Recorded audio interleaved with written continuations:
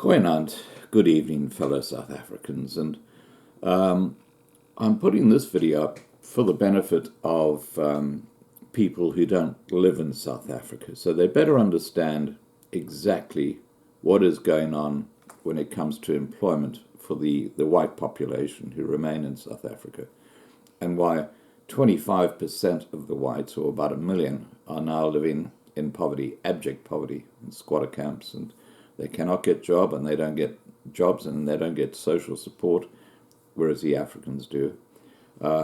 It's a crazy, crazy system. And what I'm going to read to you now, and obviously the identity of this person is going to be protected, is the typical situation of a white person in South Africa. Okay? Okay, he says, I'm fortunate for now to still be employed. I'm not going to say what age he is, year-old, white, single male with no children, and temporary employed. He's employed in the engineering area, and I won't say which industry it is. And he says, work is very slow, and management keeps on reminding us on a weekly basis that in order to secure work from our clients here in South Africa, we need to improve on the company's BEE status, which is black empowerment, basically. Although we're already compliant by law clients like, and I won't say who, but it's a huge industry in South Africa. Now, those companies in those huge companies, which are basically state-owned and who use the services of this company he works for, want the company he works for to improve their BEE status. And he says, as a contractor, I'm more than likely to be replaced by a person of color in the near future. And he says, just this morning I spoke to a friend of mine who is an electrical foreman. He was saying that there is a shortage of artisans, mechanical, electrical, and instrumentation, and that they had been instructed by management to seek people who can be trained to become artisans, but no white people can be considered, only young people of color. And he concludes by saying, I understand that my situation is not exactly relevant to your video, but I'm starting to get desperate. It just feels like we as white people are not welcome here anymore. It's not safe, and we don't fit in anymore. So that gives you a snapshot of what the white population in South Africa is facing. This BEE, and affirmative action, has resulted in people like that police commissioner getting the job, that woman at SARS getting the job, that fellow who was saying, what did he say? I'm an intellectual lecturer. Remember that video? He was the COO of SABC TV. That's where South Africa is going cactus. And the corruption is rampant. So please understand the situation of the white South Africans. It is getting very desperate indeed. And we really need to work harder in finding ways of getting them out. Now, talking about that, I had a video just yesterday talking about migrating to New Zealand and seeking amnesty. And I have to tell you that I've had dozens of emails, so please be patient. I am forwarding them slowly on to my contact in New Zealand. He's trying to deal with them.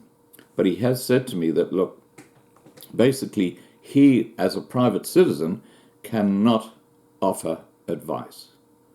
But what he has said, and you can take this whichever way you want, because I can't give advice either, okay? Just let's make that very clear.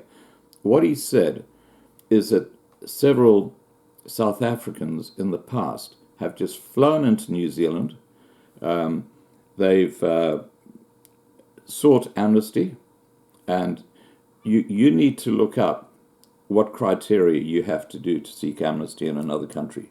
And if you're desperate, obviously this is an option you've got to look at.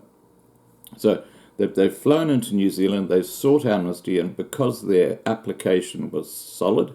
Now, when it comes to the application, the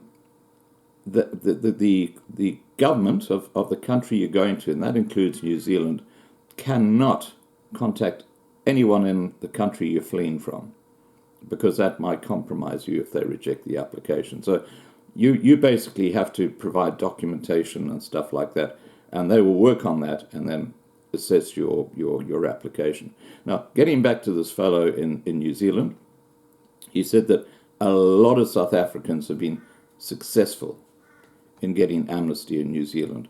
And what happens is that once you've got temporary refugee status, and that's how it starts, is you go out and you look for a job. And if you get a job and you keep it for a number of years, you can then apply for permanent residency in New Zealand. So there is a process, and you need to understand that.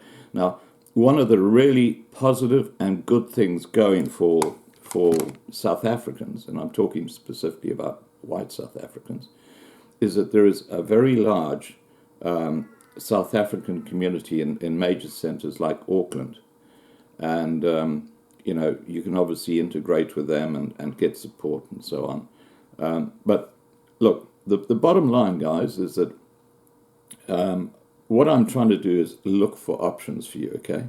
Now, the amnesty option in New Zealand, if you're really desperate to get out, I would get the paperwork together for your amnesty application, and I'd take a one-way ticket with your family to New Zealand and then land on their doorstep and say, hey, we need amnesty. Now, you need a visa to New Zealand before you do that, okay? If you arrive in a country without a visa, they're just going to send you back. So you need a visa, then you need to have your documentation, apply for amnesty, and if they reject you, understand they will send you back to South Africa.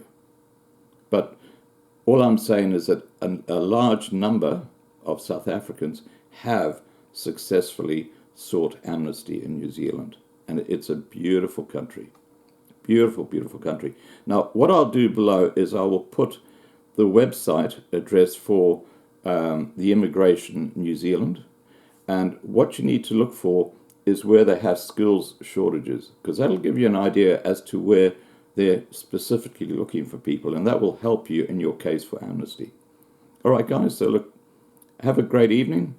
Remember to subscribe to be kept informed, and you've got my email. It's all over the place on my site, so I'm not going to put it back down there again. But please read or look at the website, which I'm linking below, which is the Immigration Department for New Zealand. Take care. Bye for now.